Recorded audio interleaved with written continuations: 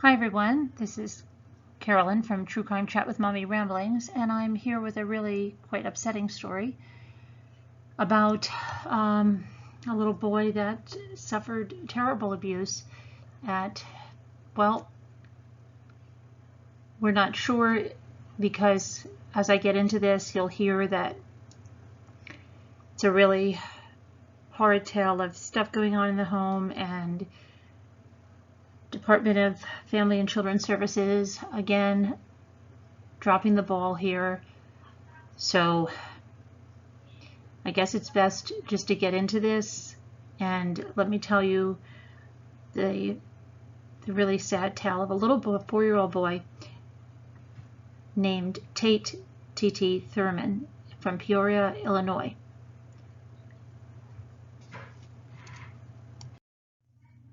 We start at East Peoria, Illinois, on February 18th, a little after 9 a.m., when Leslie Jett, 33, called 911 to report that her boyfriend's, who she lived with, son, 4 years old, Tate Thurman, was suffering from cardiac arrest.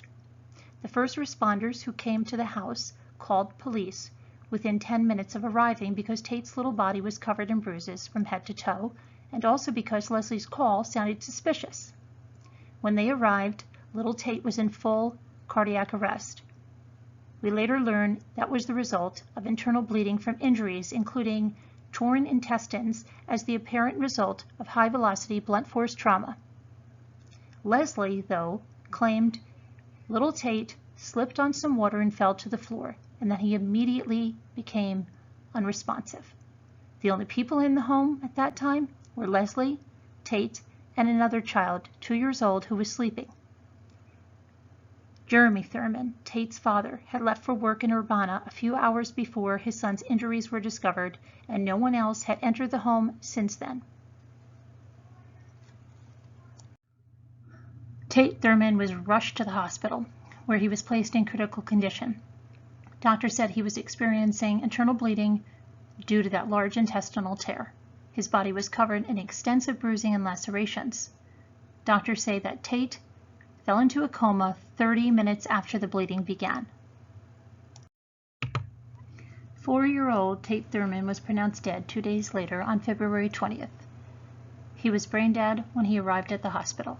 He was kept on life support and his organs were donated. Throughout, both Leslie and Jeremy maintained their story that Tate slipped on water and fell, and that is how his injuries occurred. They said there was no abuse. The Peoria County coroner said that Tate's injuries were grossly inconsistent with Leslie's story. An autopsy revealed internal bleeding to his pancreas, a broken clavicle, and deep muscular bruising to his torso, neck, and scalp. Leslie Jett was arrested on February 26 at a gas station without incident. Leslie's bond was set at $3 million. She has a public defender. Leslie Jett pleaded not guilty on March 19th to charges that she maliciously beat her boyfriend's 4-year-old son to death in their East Peoria home they shared. A prison term as long as 100 years awaits Jett, age 33, if she's convicted of any of 3 counts of first-degree murder of a child under age 12. She's also charged with aggravated battery as a Class X felony.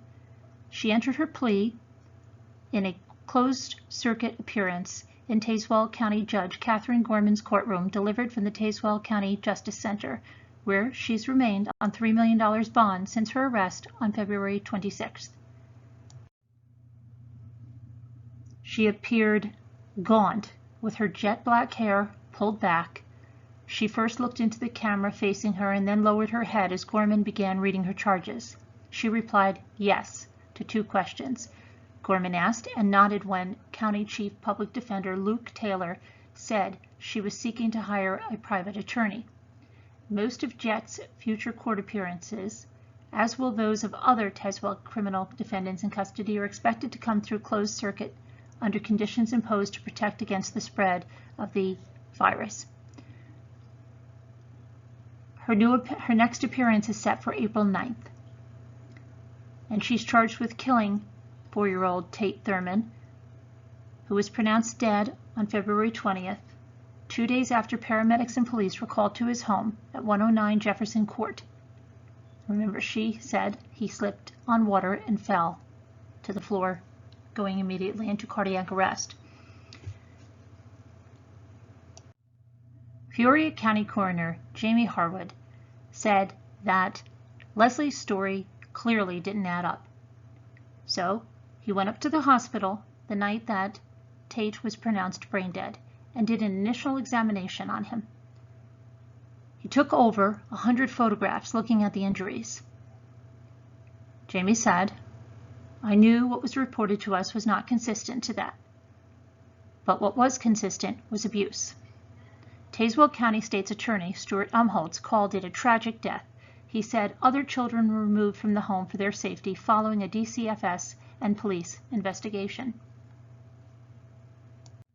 Now, prior to DCFS releasing their timeline in this case, Cook County Public Guardian Charles Goldberg spoke out, saying that DCFS isn't being transparent about its potential involvement with the family of 4-year-old East Peoria boy, Tate Thurman, who died in February.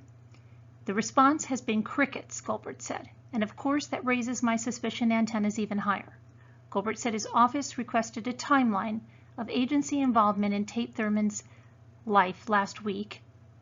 Again, this is earlier in the month, but still hasn't received that information. In other recent high-profile child death cases like A.J. Friend case in Crystal Lake, he said the agency has released that information readily. If in fact this was another case where DCFS had warning after warning and red flag after red flag and a child ended up dying because of very poor judgment and social work practices, that would need to be exposed, he said. Goldberg said, "The current silence from the Child Welfare Agency is the antithesis of transparency promised by Governor J.B. Pritzker and DCFS Acting Director Mark Smith into the agency's handling of cases. DCFS hasn't replied to multiple requests for a timeline or comment on this case. The agency was involved in removing 2 children from Thurman's home following his death. Thurman's infant sister was suffocated while co-sleeping with her parents in 2011, and that death was ruled accidental." Make no mistake about it, this is an abuse case. This is a case where it was immediately apparent to fire and rescue that this case was not as Ms. Leslie Jett described it as a slip and fall, said Tazewell County State's Attorney Stuart Umholtz at a press conference. Police, detectives, and the Illinois Department of Children and Family Services were notified. 2 other children living in the East Peoria home were removed for their safety. Leslie Jett was arrested during a traffic stop at a gas station without incident. She's currently being held at the Tazewell County Jail. It's a case that's hit many hard in East Peoria, particularly in the first responder community. Police Chief Steve Rogie said the city doesn't see many murders, and even fewer of those involve children. Is this a struggle? Absolutely. There's a difference of each case and how it affects them, he said. So we will make sure to take care of our officers. Police detectives had conducted 110 hours of investigation and 12 interviews up to that time. Our thoughts should be with the family. Our thoughts should be with regard to Tate and with our community, because our community is a victim whenever a child is murdered, Umholtz said. Umholtz said that this is the type of case that keeps him up at night. Regarding someone who leaked personal, sensitive information about this case onto social media, Umholtz said, "You can be really brave sitting behind a telephone or a keyboard or releasing information on social media, but it doesn't mean it's not harmful. It doesn't mean it's not illegal, and it doesn't mean there will not be consequences for releasing this information." He said more information will be released in a prosecutor's affidavit when formal charges are filed. East Peoria Mayor John Call said he thinks much of what's currently circulating around social media about the case is doing more harm than good. This is a truly tragic case. In the pursuit of justice, there's many things that go into that, and I just ask people to keep things respectful. Keep the family and friends of Tate in your prayers. Lift them up if you can. There's many people, not just family and friends, suffering, but others as well. But there's still a job to do for many people. Authorities haven't announced any additional arrests in the case. The investigation is described as ongoing. Tate's older sibling and an unrelated child in the household have been removed from the home and have been placed with relatives. DCFS is investigating allegations of abuse and neglect related to Tate's death and is working closely with law enforcement to fully investigate what happened in this case. There is no prior history of DCFS involvement with Leslie Jett or with the other unrelated child removed from the home, which is the 2-year-old.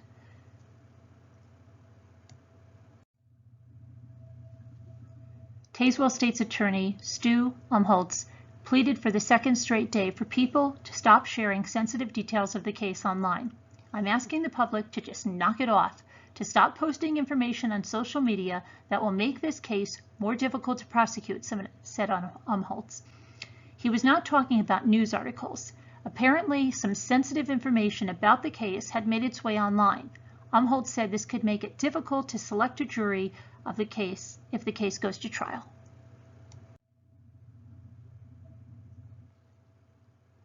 The details of that affidavit are graphic. It states that Jett repeatedly told authorities that Tate slipped on some water and fell, despite the seriousness of his injuries. The document goes on to say that Thurman had serious abdominal injuries, including a large tear in his intestines and a pancreatic hematoma causing internal bleeding. Doctors concluded that those types of injuries were caused by high-velocity, blunt force abdominal trauma. At the hospital, doctors also found extensive bruising and lacerations on multiple parts of Thurman's body, including a fractured clavicle. The document says doctors questioned Thurman's father and Leslie Jett after finding these injuries, and both repeated the explanation that the boy slipped on some water and became unresponsive. The probable cause statement goes on to say investigators found out that Tate's father was in Urbana at the time of the cardiac arrest. Doctors determined Thurman's injuries would have led to cardiac arrest from internal bleeding within about a half an hour of receiving them, and that's what led investigators to Jett, the only adult in the home at the time. In a statement released early March, Director Smith and DCFS staff released a statement saying that the staff at every level are completely devastated by the sudden loss of Tate Thurman, who was just 4 years old when he died. The tragic incident that led to his death is heartbreaking, and DCFS is fully cooperating with law enforcement as we investigate what took place. Our department is committed to being as transparent as possible as this investigation moves forward, while also protecting the privacy of Tate's siblings and family. We serve families in times of extreme crisis, and our top priority will always be protecting them and ensuring that they have the support they need to recover.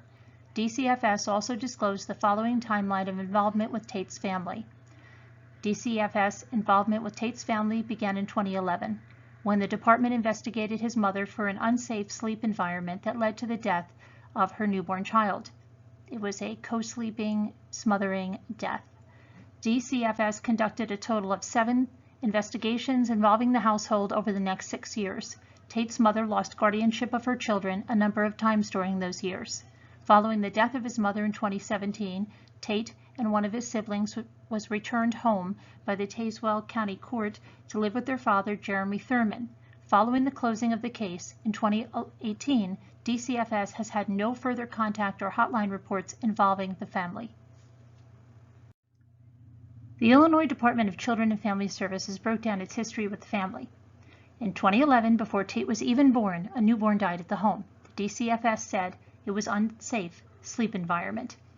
7 DCFS investigations would start and stop over the next 6 years. Tate's mother would lose guardianship several times before she died of a drug overdose in 2017.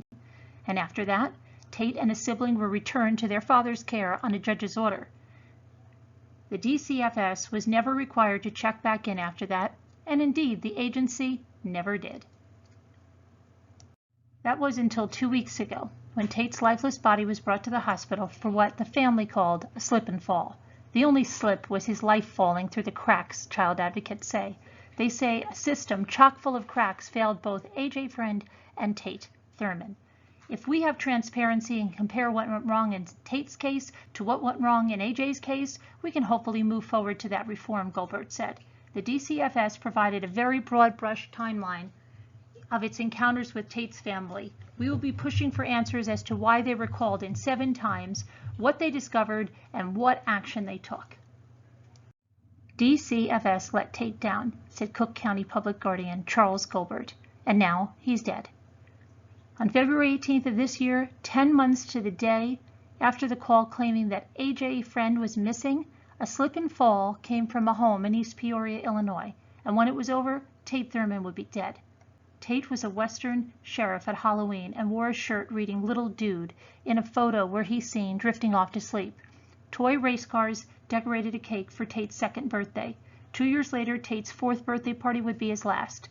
The Peoria County Coroner's Office said Tate had suffered blunt force trauma. He had suffered tears to his intestines and bruises from head to toe. When he arrived at the hospital, he was brain dead. Tate's father's live-in girlfriend, Leslie Jett, was charged with murder, and the warning signs at that house were around longer than Tate was. It spans back 7 investigations over 9 years, including a dead child, dead mother, a drug overdose, Goldberg said. But as to the records on Tate's family, Goldberg held up a single sheet of paper and said, "This is all they gave us." If you see something, say something. If you suspect child abuse, call the Child Help National Child Abuse Hotline at 1-800-4A-CHILD or 1-800-422-4453 or go to childhelp.org. All calls are toll-free and confidential. The hotline is available 24/7 in more than 170 languages. This is a terrible, terrible tragedy that just keeps repeating itself all over the place, and it just has to stop. And I don't think it's going to stop until the Department of Children and Family Services face some very real consequences for this. Now, people will say, oh, they're overworked, they're overburdened. Well, you know, it should be a priority. The children are our future. This should be a priority. They shouldn't be overworked. They should hire the help that they need, and this shouldn't be happening. There's absolutely no excuse for this, and what we've seen time and again, AJ Friend, now TJ Tate Thurman. We saw the little boy, you know, in, where was he, North Carolina, that was murdered. I mean, just, you could just go through and one after the other, and there could be, I could go over 10 cases a day probably. It's terrible. It's absolutely terrible, and something has to be done, and nothing is being done, it seems. I'm happy to see some people here getting tough, but is it going to lead to real change? Is there going to be real change? Because if there isn't, we're going to have real problems. We've already seen child abuse cases escalating because of the current situation we're in. Being isolated and being in, you know, this self-quarantine is not going to help matters. Things are going to be very, very bad. Now, what do we have from DCFS? Do we know how they're handling the cases? Or are we going to find out when we come out of this that, well, oh, all these children died because, you know, workers couldn't get there. Workers couldn't take the children out of the home and all of that. And that's what I'm afraid of. But, you know, I just, it's horrific. And every single day there's more and more of these cases. So I don't know what the answer is here, but there have to be answers. Let me know your thoughts in the comments. Thank you for watching. If you're new to our channel, please subscribe and click the notifications button so that we can notify you when we upload a new video or go live, which we do most every evening. Please reach out to the Child Abuse Hotline if you know any child being abused. Don't just be a silent observer, because that child's life hangs in the balance. Thanks for watching and have a great day.